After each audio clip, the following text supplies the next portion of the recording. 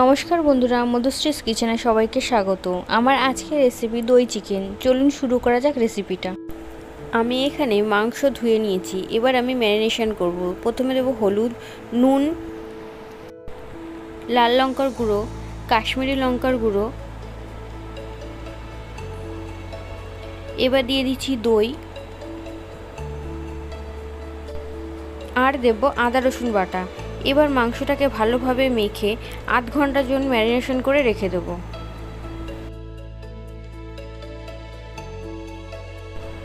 কড়াইতে দিয়ে দিচ্ছি সাদা তেল। তেল ভালোভাবে গরম হয়ে গেলে গোটা গরম মশলা দিয়ে দেব। গরম মশলাগুলো একটু নাড়াচাড়া করে আগে থেকে কুচি করে কেটে রাখা পেঁয়াজ দিয়ে দেব। আমি এই রান্নাটায় খুবই কম তেল ব্যবহার করেছি, কারণ দই দেওয়া আছে, সেই কারণে তেল ছাড়বে। পেঁয়াজটা আমি খুব ভালোভাবে ভেজে নেব। আমি রান্নায় যা যা ইনগ্রিডিয়েন্টস ব্যবহার করেছি প্রত্যেকটা ইনগ্রিডিয়েন্টস পরিমাপ আমি ডেসক্রিপশন বক্সে দিয়ে দেব, আপনারা চেক করে নিতে পারেন। পেঁয়াজটা ভাজা হয়ে আসলে এবার আমি এর মধ্যে দিয়ে দেবো কাঁচা লঙ্কা কুচি আর নুন। তারপর আবার ভালোভাবে ভাজতে থাকবো পেঁয়াজ আর লঙ্কাটাকে।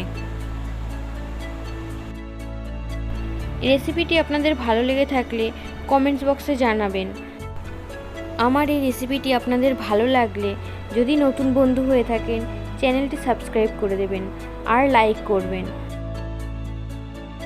পেঁয়াজটা খুব ভালোভাবে ভাজা হয়ে গেলে আগে থেকে ম্যারিনেশন করে রাখা চিকেনটা আমি দিয়ে দেব।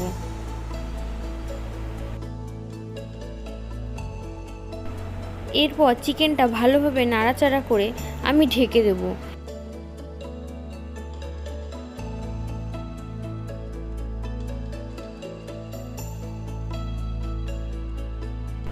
কিছুক্ষণ পর কড়াইটার ঢাকনা খুলে আবার একটু নাড়াচাড়া করে আবার ঢেকে দেব।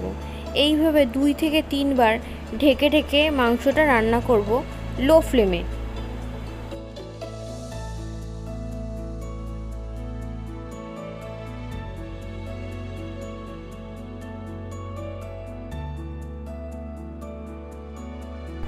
এবার মাংসটা ঢাকা খুলে হাই ফ্লেমে কষাবো যতক্ষণ না জলটা টেনে যায়।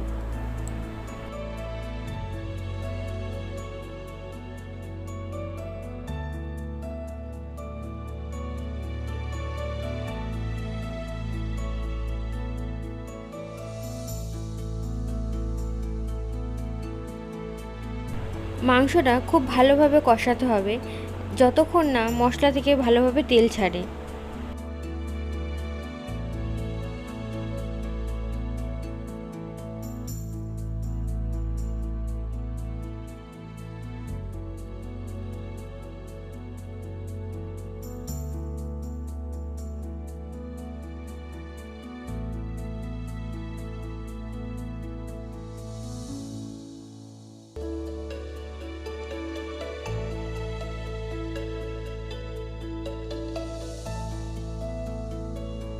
মশলা থেকে তেল ছেড়ে দিয়েছে আর মাংসটাও খুব ভালো সিদ্ধ হয়ে গেছে।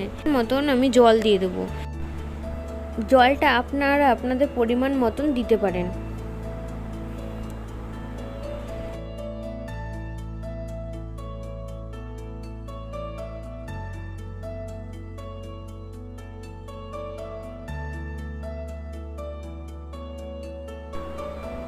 আমি এখানে একটু বেশি জল ইউজ করেছি। এবার মাংসটা ভালোভাবে নাড়াচাড়া করে আবার আমি ঢেকে দেব মিডিয়াম ফ্লেমে।